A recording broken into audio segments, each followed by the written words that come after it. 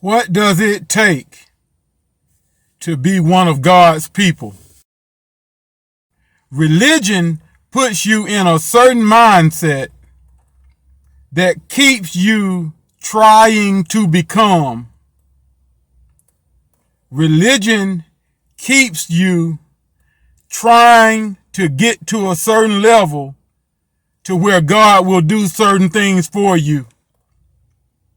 Religion ruins your mind toward the blessings of God. Religion makes you think you can't get God to do certain things unless you have a certain status. If you're not a certain thing in the church, then God won't bless you this way or that way. That's what religion does.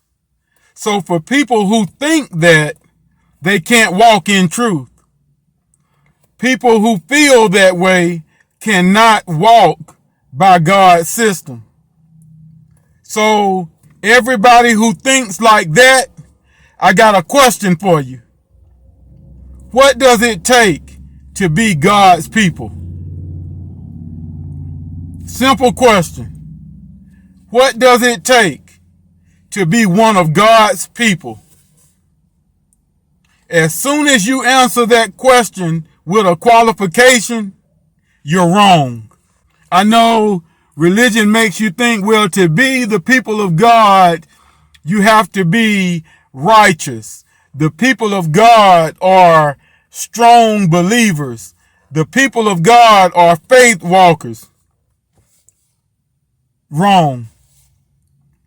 Well, the people of God don't do this list of things right here. The people of God don't curse. People of God don't smoke, drink, sleep around, club, fornicate. Wrong. All of that, anything you can name is wrong. So what does it take to be one of God's people? The answer is nothing. There is nothing you can do to be one of God's people. You know why you're one of God's people? You're one of God's people because God created you. You're one of God's people because you were created by a design that God set up. That makes you one of God's people. It ain't got nothing to do with whether you're saved or not. It ain't got nothing to do with whether you go to church or not. You're not one of God's people because of any status that you can hold. To prove what I'm saying, all you got to do is look at Scripture. What did God say about his people? God said prophets prophesy falsely. And he said priests maintain their status by these false prophecies. And he said, my people love to have it so. So, God, you're telling me that your people love false prophecies?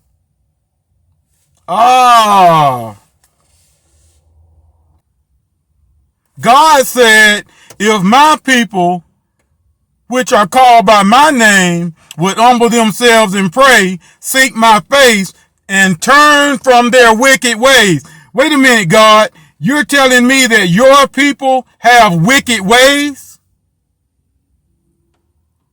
God said, my people are bent on backsliding. They're just determined to backslide. Well, I thought God's people were the saints and they were righteous, and no. God said, my people are determined to backslide. Well, if they're determined to backslide, God, why are you calling them your people? If they lack knowledge, why are you calling them your people? If they love false prophecies, Why are you calling them your people? God said, my people are destroyed for lack of knowledge. If they're being destroyed because they lack knowledge, they're being destroyed because they rejected your knowledge, God. Why are you calling them your people? You see what I mean? God's people are God's people because he created them. Not because they are a certain thing or on a certain level or they're better than everybody or they're holier than everybody. That ain't got nothing to do with it. You are God's people because God created you. Now, if you can just get that in your head, you should understand how God's system can work for you.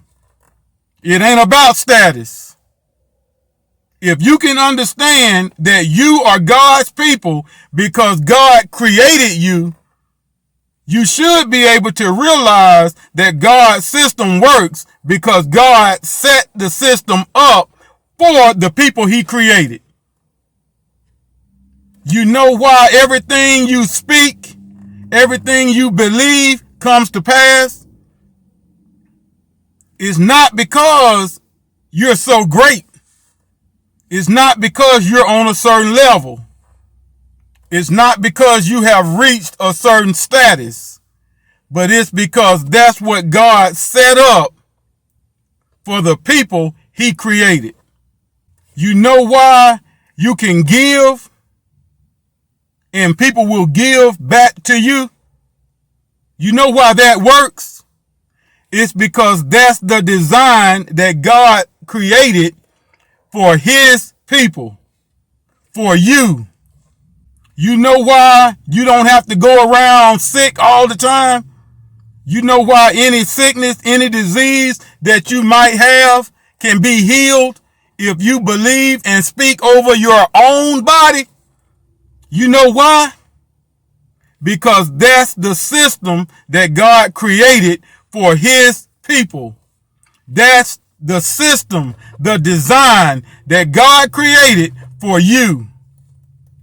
You know why you can be delivered from anything that's troubling your mind?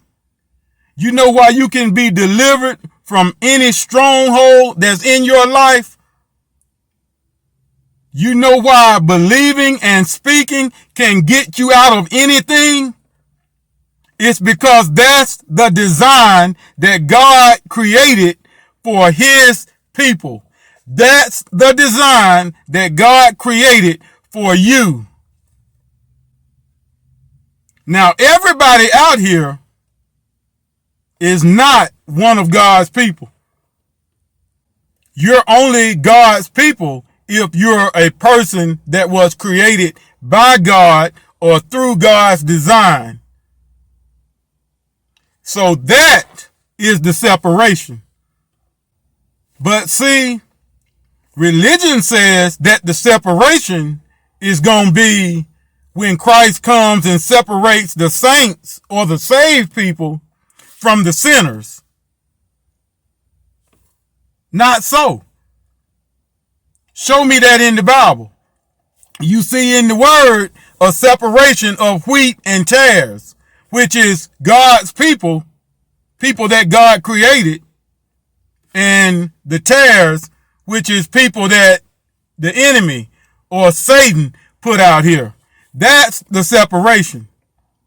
And a wheat can never become a tare, and a tare can never become wheat. You see in the word where it talks about the separation of the sheep and the goats. A sheep, God's people. A goat, Satan's people. A sheep can never become a goat. A goat can never become sheep. That's the separation. That's why you should live by God's system. God's system was designed specifically for God's people. God's system was designed for you. That's what's so important about the work that Christ did on the cross. He paid the price so you wouldn't have to pay it. He paid the price for you to be healed through God's system. He paid the price for you to be made free through God's system. Christ paid the price for you to be delivered through God's system. Christ paid the price for you to have salvation through God's system. And the price that Christ paid is paid in full. If you don't live by it, it's because you choose not to live by it. It's here for you. If you're not healed through God's system, it's because you chose not to be healed through God's system. Because healing is here for you. If you're not saved through God's system, it's because you chose not to be saved through God's system. Because salvation is here for you.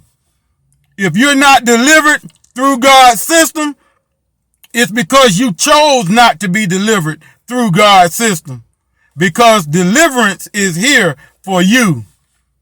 If you're not rich or you don't have money through God's system, it's because you chose not to have money through God's system. Because money is here for you. If you don't have peace in your mind through God's system, it's because you chose not to have peace in your mind through God's system. Because peace is here for you. If you don't have joy through God's system, it's because you chose not to have joy through God's system. Because joy is here for you. If you don't have happiness through God's system, it's because you chose not to have happiness through God's system. Because happiness is here for you. If you're not free through God's system, it's because you chose not to be free through God's system. Because freedom is here for you. There is nothing you can do to become one of God's people. You're already God's people. And Christ paid the price for God's people. And that price that Christ paid was paid in full. So let me ask you again, what does it take to be one of God's people?